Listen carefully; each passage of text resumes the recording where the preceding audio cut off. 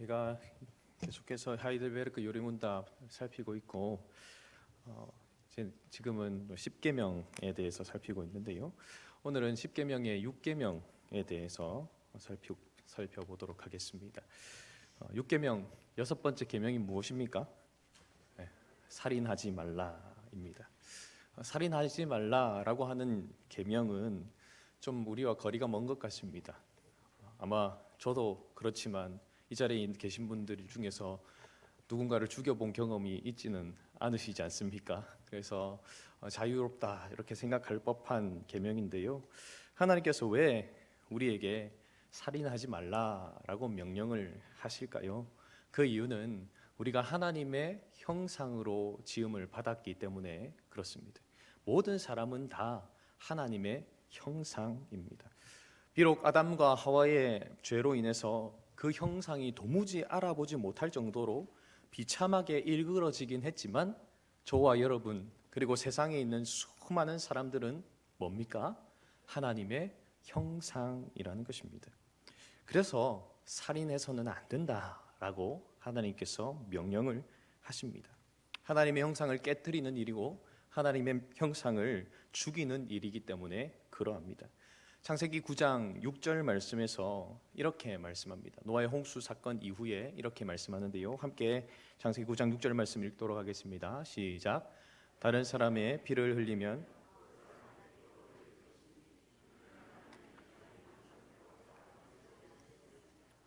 아멘. 하나님께서 하나님의 형상으로 사람을 지으셨기에 그 누구도 피 흘리도록 살인해서는 안 된다라고 말씀합니다. 그런데 이 6계명은 단순하게 실제로 사람을 죽이는 일만을 금지하는 규정이 아닙니다. 이 규정을 통해서 하나님께서 원하시는 바가 있는데요. 그 하나님께서 원하시는 바에 대해서 105문이 이렇게 질문하고 있고요. 또 106문이 그것을 이어서 말하고 있습니다. 105문과 106문을 함께 연속해서 질문과 답을 읽어보도록 하겠습니다. 105문부터 함께 읽겠습니다. 시작. 제6계명에서 하나님께서 원하시는 것은 무엇입니까? 내가 이웃의 명예를 훼손하거나 그들을 미워하거나 해치거나 죽이지 않기를 원하십니다. 나는 생각이나 무엇보다도 행동으로 그리해서는 안 되고 다른 사람을 시켜서 해도 안 되며 오히려 모든 복수심을 버려야 합니다. 더 나아가 자기 자신을 해쳐서도 안 되고 부주의하게 위험에 빠뜨려서도 안 됩니다. 그러므로 살인을 막기 위해서 국가는 또한 칼을 가지고 있습니다. 106문 이어서 읽겠습니다. 시작. 그런데 이 계명은 살인에 대해서만 이야기합니까? 아닙니다. 하나님께서는 살인을 금함으로써 살인의 뿌리가 되는 시기, 증오, 분노, 복수심 등을 미워하시며 이 모든 것들을 살인으로 여기신다고 가르칩니다. 위에서 살펴봤던 105문과 106문의 내용을 정리해 보면 크게 두 가지 내용으로 정리를 할 수 있는데요. 첫 번째 내용은 하나님께서 원하시는 그 첫 번째 부분이 타인에게 실질적인 위해를 가하지 않기를 원하신다라는 겁니다. 하나님은 6계명을 통해서 타인에게 실질적인 위해를 가하지 않도록 하기를 원하신다라는 겁니다. 이웃의 명예를 훼손하거나 해치거나 죽이는 것, 말이나 몸짓이나 또 무엇보다도 행동으로 그렇게 하지 않는 것, 자신이 하지 않더라도 또한 다른 사람을 시켜서 그러한 행위를 하지 않기를 원하신다라고 기록을 하고 있습니다. 신체적인 부분에 대한 위해를 가하지 않을 뿐만 아니라 명예를 훼손하는 일도 하지 않기를 원하신다라고 말씀합니다.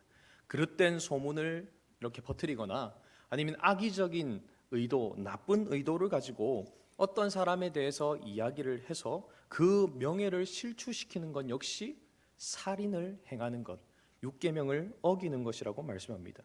신체의 폭력을 행사하는 것뿐만 아니라 말로 폭력을 행사할 수도 있지 않습니까? 그리고 몸짓으로도 폭력을 행사할 수도 있습니다. 그것을 금지하고 있다라는 겁니다. 설교를 준비하면서 어린 시절이 떠올랐습니다. 야, 어린 시절에 그렇게 많은 사람을 죽였구나. 이런 생각을 했는데요. 여자아이들이 고무줄 놀이 하고 있으면요, 막 가가지고 고무줄을 다 끊고요, 하고 도망갔던 그것도 뭡니까? 이 지금 규정에 의하면 살인인 겁니다. 바보 멍충이야 이렇게 이야기한 것도 뭡니까? 살인이라는 것입니다. 한번 생각해 보십시오. 여러분은 얼마나 많은 사람을 죽였습니까? 나는 아무도 실제적으로 신체적인 사람을 죽인 적 없으니까 괜찮다 생각하실 수 있겠습니까? 오늘 읽었던 본문 21절과 22절은 이렇게 말씀을 하는데요, 함께 21절, 22절을 읽도록 하겠습니다. 시작. 옛사람에게 말한 바 살인하지 말라. 누구든지 살인하면 심판을 받게 되리라 하였다는 것을 너희가 들었으나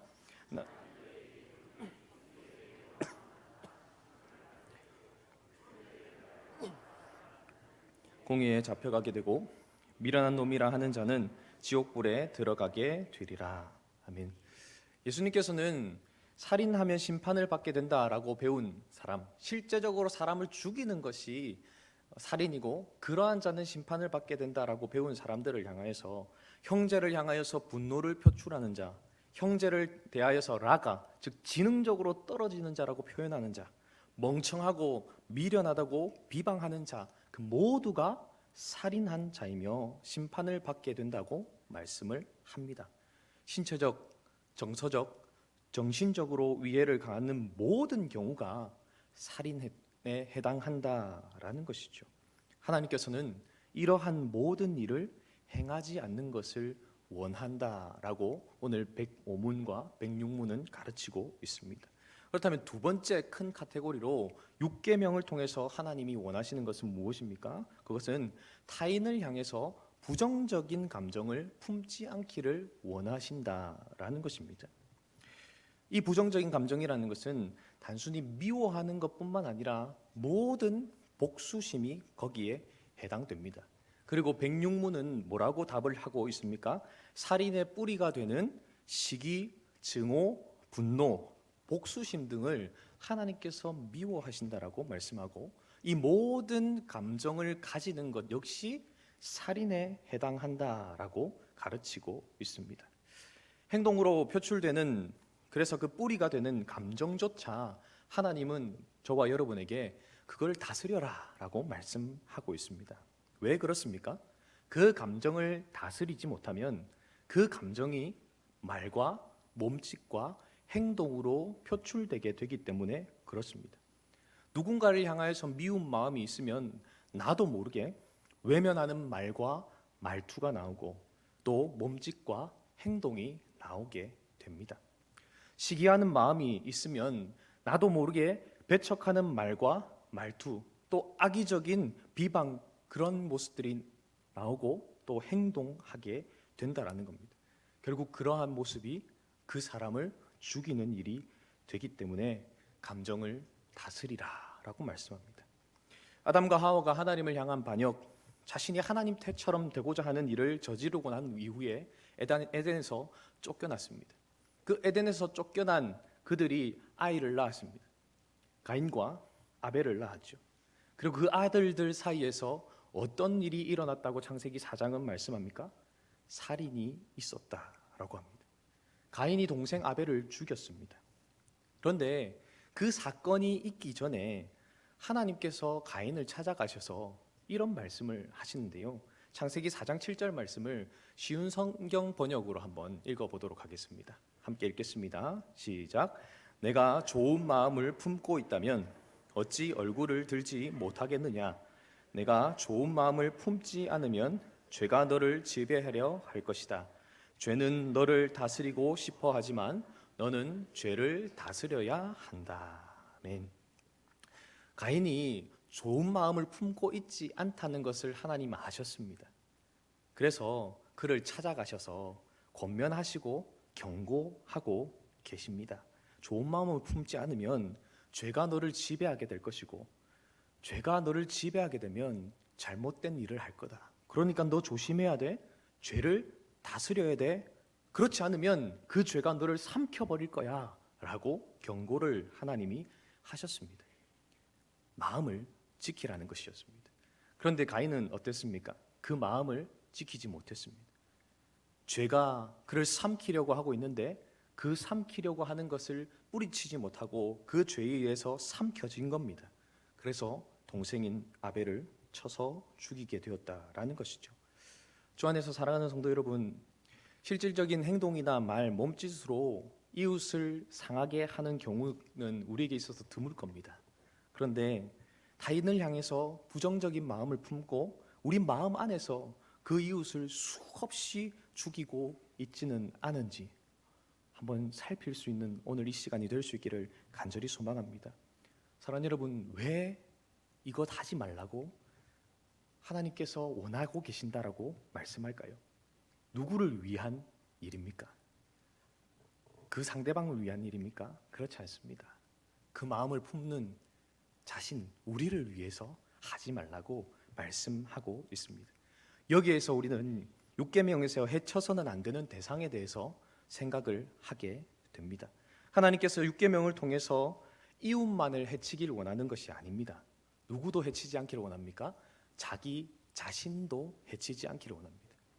6계명에서 해쳐서는 안 된다고 말씀하시는 대상이 이웃과 더불어 자기 자신도 포함된다라는 겁니다. 사랑하는 여러분, 아마 이 자리에 계신 분 전부 다 타인을 향한 부정적인 마음을 한 번쯤은 품어 보셨을 겁니다. 그래서 잘 아시지 않습니까? 시기, 증오, 분노, 복수심이 생기면 누가 제일 괴롭습니까? 자기 자신이 내가 제일 괴롭지 않습니까? 결국 그 감정이 타인을 죽이기 이전에 나를 죽입니다. 나를 병들게 만들고요. 내가 하나님과의 관계가 끊어져 버리도록 만들게 됩니다. 그래서 그 마음이 생길 때에 그 마음을 품어서 그 마음이 부화되지 않도록 하고 그 마음을 굴려버리라 라고 다스리라고 말씀하고 있는 것이죠. 사랑하는 성도 여러분, 타인을 향한 부정적인 생각이나 마음으로부터 여러분의 마음을 지킬 수 있기를 간절히 소망합니다. 잠언 4장 23절 말씀에서 말씀하는 것처럼 생명의 근원이 그 마음으로부터 나오기 때문에 우리의 마음의 생각이 하나님께서 기뻐하시는 생각이 가득해야지 시기, 증오, 복수심이 가득해서는 안 된다라는 겁니다. 혹 원수처럼 여겨지는 일로 인해서 분노와 복수심이 생겨서 감당이 안 되시는 분 계십니까? 그렇다면 친히 복수하려고 하지 마시고 하나님의 진노하심에 맡길 수 있기를 간절히 소망합니다. 그분을 하나님께 맡기고 아뢰십시오. 로마서 12장 19절은 이렇게 말씀합니다. 함께 읽겠습니다. 시작. 내 사랑하는 자들아, 너희가 친히 원수를 갚지 말고 기록되었을 때 원수 갚는 것이 내게 있으니 내가 갚으리라고 주께서 말씀하시니라. 아멘. 주 안에서 사랑하는 성도 여러분, 우리의 원수를 하나님께서 갚아 주실 것입니다. 여러분을 마음을 상하게 한 그 사람 때문에 괴롭습니까? 어떻게든 나도 갚아주고 싶다. 나한테 상처 준 만큼, 나 힘들게 한 만큼 그렇게 괴롭혀주고 싶다라는 마음이 생기십니까? 여러분, 그 마음이 여러분을 향하여서 굴러왔다면 그 마음을 하나님을 향하여서 다시금 굴려보내시기를 바랍니다. 그 마음을 품고 계시지 말고 하나님께 맡기십시오. 그 마음을 품어서 내가 괴롭고 나 자신을 죽이는 일 하지 않고, 그래서 그것을 품어서 부화되도록 만들지 마시고 하나님께 내보내는 모습이 있기를 주님의 이름으로 소망합니다. 105문은 더 나아가서 자신을 해치지 않는 범위를 좀 더 풀어서 이야기를 하는데요, 오늘 문답에서 부주의하게 위험에 빠뜨려서도 안 된다라고 말합니다. 자기 스스로를 부주의하게 위험 가운데 빠뜨리는 일을 하는 것도 어떤 행위라고 합니까? 살인하는 일, 6계명을 어기는 일이라고 합니다. 어떤 일이 그런 것에 포함될까요? 위험이나 극한을 추구하는 스카이다이빙이나 번지점프 등 익스트림 스포츠를 즐기는 행위가 그에 해당될 겁니다. 제 버킷리스트가 번지점프 한번 해보는 거였는데요, 설교 준비를 하면서 버킷리스트에서 지웠습니다. 하면 안 되는구나. 그것뿐만 아니라 누군가와 격투기를 하는 것 있지 않습니까? 복싱이든 아니면 좀 누군가와 이렇게 피가 나도록 싸우게 되는 그런 일들을 하는 것 역시 이 계명을 어기는 일이 됩니다. 그뿐만 아니라 폭식을 한다든지 다이어트를 빌미로 지나치게 굶는 것도 자기의 몸을 상하게 하는 것이기에 살인하는 것입니다. 음주나 흡연 역시 자기 스스로를 부주의하게 상하게 하는 일이기에 이것은 육계명을 어기는 것이 된다라는 것입니다. 이러한 살인을 막기 위한 장치가 있다고 또한 성경은 말씀하고 있는데요. 그 장치가 무엇이라고 오늘 105문의 마지막에서 기록하고 있습니까? 국가라고 말하고 있습니다. 이 살인을 막기 위한 하나님께서 주신 장치가 국가이고 국가를 통하여서 세운 법률이다라고 가르치고 있다라는 겁니다. 국가의 역할 중에 굉장히 다양한 역할이 있겠지만 국가가 제정한 법률을 통해서 국가는 사람들이 함부로 실질적인 살인을 하지 못하도록 막도록 하셨다라고 가르치고 있는 것이죠. 사랑하는 성도 여러분, 그렇다면 우리가 이러한 해함을 이웃과 자신에게 가하지 않는 것으로 육계명을 통하여서 원하시는 바를 다 지키고 있다라고 말할 수 있을까요? 그렇지 않습니다. 107문은 그렇게 여길까봐 좀 더 적극적인 방편에 대해서 명령을 하시는데요. 107문을 질문과 답을 함께 읽어보도록 하겠습니다. 107문입니다. 함께 읽습니다. 시작. 앞에서 말한 방식으로 우리 이웃을 죽이지 않으면 그것으로 이 계명을 다 지킨 것입니까? 아닙니다. 하나님께서는 시기와 증오와 분노를 정죄하심으로써 우리가 우리 이웃을 자기 자신처럼 사랑하여 인내와 화평과 온유와 자비와 친절을 보이고 우리가 할 수 있는 한 그들을 해악으로부터 보호하며 심지어 원수에게도 선을 행하라고 하셨습니다. 아멘. 하지 않기를 원하시는 목록을 105문과 106문에서 살폈다면 107문에서는 하나님께서 하기를 원하시는 목록이 무엇인지를 가르치고 있습니다. 이 목록을 통해서 알 수 있는 것은 6계명이 가르치고 있는 핵심이 있다는 겁니다. 이 6계명이 가르치고 있는 핵심을 107문이 잘 보여주고 있는데요. 이 핵심이 무엇입니까? 이웃 사랑입니다. 살인하지 말라라고 하는 이 계명, 이 계명이 가르치는 핵심 자체가 이웃을 적극적으로 사랑하는 겁니다. 소극적으로 하지 않는 것이 아니라 적극적으로 해야 할 것을 하는 것이 이웃 사랑이고 살인하지 않는 것이라고 가르치고 있다라는 겁니다. 그렇다면 어떻게 이웃 사랑을 실천하라고 합니까? 이웃을 자기 자신처럼 사랑하되 인내와 화평과 온유와 자비와 친절을 보이라라고 말하고 있습니다. 눈여겨볼 것이 있는데요. 인내입니다. 참으라는 겁니다. 이웃이 있을 때 이웃의 실수가 보이고 이웃의 연약함이 보이고 이웃의 부족함이 보일 때에 어떻게 하라고요? 인내하라는 겁니다. 참아주라는 겁니다. 기다려주라라는 것입니다. 언제 타인의 마음을 상하게 하고 힘들게 합니까? 참지 못해서 그렇습니다. 연약함이 보이고 부족함이 보일 때에 기다려주지 못하고 채근하기 시작하면 상대가 다칩니다. 가만히 생각해 볼 때에 자녀들 키우면서 참 많은 상처를 줬다라는 생각을 하게 되었습니다. 연약하고 부족할 때 기다려주지 못하고 채근합니다. 근데 설교를 준비하면서 그런 생각이 들었습니다. 잘 못하는 자신은 얼마나 힘들까? 잘 안 되는 자신은 얼마나 속상할까? 그때 부모가 해야 될 것, 그때 앞선자 먼저 선자가 해야 될 것은 기다려주는 겁니다. 자기 스스로가 얼마나 괴롭겠습니까? 이런 모습을 생각하면서 찬양 인도를 열심히 했던 20대 시절이 떠올랐습니다.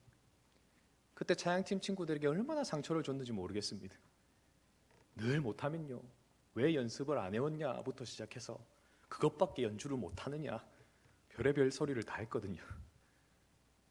근데 생각해보니 연주가 안 되는 자기는 얼마나 힘들었을까요? 하고 싶은데 안 되니까 얼마나 힘들었을까요? 근데 거기에다가 제가 상처에다가 기름을 붓고 얼마나 힘들게 했는지 모르겠습니다. 그렇게 하지 말고 뭐 하라는 겁니까? 인내하고 기다려주라는 겁니다. 화평과 온유와 자비와 친절을 이웃을 향하여서 보여줌을 통해서 그 사람이 끝까지 나와 함께 가도록 도우라고 말씀하고 있습니다. 그에 이어서 무엇을 또 말씀합니까? 우리가 할 수 있는 한 그들을 해악으로부터 보호하라라고 말하고 있습니다. 이웃이 당할 수 있는 수많은 해악이 있을 겁니다. 자녀를 양육할 때에 자녀가 잘못될 수 있는 그런 부분이 많이 있겠지 않습니까? 그런 것들을 보호해줘라 라고 말합니다. 우리의 이웃, 또 우리 목장 식구들이 당할 수 있는 해악이 있을 때에 내가 할 수 있는 한 도와주라 라고 합니다. 그런데 그것을 어떻게 다 도울 수 있겠습니까? 일일이 쫓아다니면서 다 해줄 수 있는 것 아니지 않습니까? 여기서 좀 깊이 보다 내가 실천할 수 있는 것들을 좀 생각해 봤으면 좋겠는데요. 그 수많은 해악 중에서 가장 큰 우리가 좀 살필 수 있는 해악은요, 바로 나 때문에 그 사람이 상처받아서 복수심과 같은 부정적인 마음에 사로잡히지 않도록 하는 일입니다. 보호해야 할 해악이라는 겁니다. 나 때문에 상처받으면 어떻습니까? 상처받아봐서 알지 않습니까? 침대에 누워서 이 사람을 엎었다가 맺혔다가 찔렀다가 죽였다가 목을 졸랐다가, 다들 안 하시나 보네요. 저만 그런 것 같은데. 그런데 내가 그런 것처럼 내가 상처 준 그 사람도 어떨까요? 그 사람은 거룩하고 영성이 깊어서 주여 저 사람을 용서하소서 그럴 것 같습니까? 아닙니다. 똑같아서 상처받으면요 집에 가서 밤잠을 못 이룹니다. 상처 준 사람은요 쿨쿨 코 골면서 잘 자는데요 상처 받은 사람은 잠을 이룰 수가 없지 않습니까? 고통을 겪게 됩니다. 그래서 내가 누군가에게 상처를 줘서 그 사람이 나를 향한 복수심을 갖지 않도록, 원망에 사로잡히지 않도록 해야 한다라고 말씀하며, 그러한 일을 행하는 것 역시 율계명을 어기는 것이라고 하는 겁니다. 그래서 살아가다 보면 그런 일을 행할 때가 있지 않습니까? 내가 원치 않았지만 상처를 줄 때가 있고요, 내가 원하지 않았지만 아픔을 줄 때가 있지 않습니까? 나는 잘해주려고 한 것이 오히려 상대방에게는 해가 될 때도 있지 않습니까? 그것을 깨달으면 어떻게 하라고 말합니까? 그 사람에게 찾아가서 정중하게 사과하고 용서를 구하라고 합니다. 그것을 우리 구주께서도 요청을 하시는데요, 오늘 읽었던 본문의 말씀을 다시 한번 볼까요? 마태복음 5장 23절 말씀입니다. 함께 읽어보겠습니다. 시작. 그러므로 예물을 제단에 드리려다가 인 것이 생각나거든. 아멘. 이 말씀을 잘 보셔야 됩니다. 예물을 드리러 갔습니다. 지금으로 표현한다면 예배를 드리러 간 겁니다. 예배를 드리러 예배당에 들어섰는데 내가 상처받은 일이 기억나는 게 아닙니다. 내가 원망 들을 만한 일을 했다는 것이 생각이 나면이라는 겁니다. 내가 누군가에게 상처를 준 것이 기억이 나면 어떻게 하라고 합니까? 예배 드리러 가던 예배당 문에 들어서지 말고요, 다시 돌아가라는 겁니다. 그 사람 찾아가서 그 사람에게 사과하라고 합니다. 24절 말씀을 보시면 형제와 화목하고 그 후에 와서 예배를 드리라고 말씀을 하고 있습니다. 가서 용서를 구하고 잘못을 구하고 사과, 용서를 받고 오기를 청하고 계신다는 겁니다. 25절에서 26절의 말씀은 누군가에게 손해를 끼쳐서 고통을 준 것이 있다면 그 마음을 풀어줄 뿐만 아니라 실질적인 손해를 배상할 것에 대해서까지 말씀하고 있습니다. 주 안에서 사랑하는 성도 여러분, 이웃을 해악으로부터 보호하는 일에 보다 적극적인 저와 여러분 될 수 있기를 간절히 소망합니다. 이웃을 향해서 우리가 인내하고 화평하고 온유와 자비와 친절을 보일 뿐만 아니라 우리가 할 수 있는 한 타인에게 상처 주지 않도록 적극적으로 노력해야 합니다. 그리고 상처 준 일이 있다면, 그것이 생각난다면 기도하면서 그 사람에게 정중하게 용서를 구하는 용기가 있어야 한다고 가르치고 있다라는 것입니다. 사랑하는 성도 여러분, 이러한 실천이 저와 여러분의 삶 가운데 있기를 간절히 소망합니다.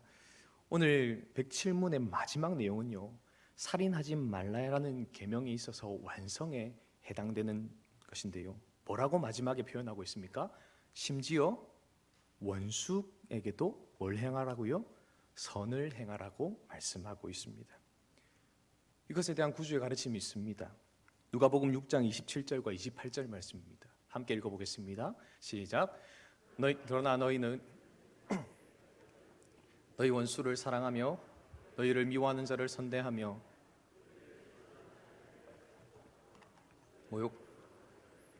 기도하라. 아멘. 저 말씀 보시니까 어떻습니까? 기쁨이 밀려오십니까? 답답함이 밀려오십니까? 저 말씀 보면 이래야 될 것 같지 않습니까? 너희 원수는 갚아주고, 너희를 미워하는 자는 더 미워하고, 너희를 저주하는 자는 넘치도록 저주하고, 너희를 모욕하는 자는 더더욱 욕하라. 이래야 될 것 같지 않습니까? 그게 우리 본성이지 않습니까? 그런데 반대로 얘기하십니다. 도무지 할 수 없는 것 하라고 말씀하십니다. 원수 갚음은 그저 하나님께 맡기고 사랑하고 선대하고 축복하고 기도하라고 말씀합니다. 그렇게 하면 어떤 일이 일어나기 때문에 그렇게 하라고 하십니까?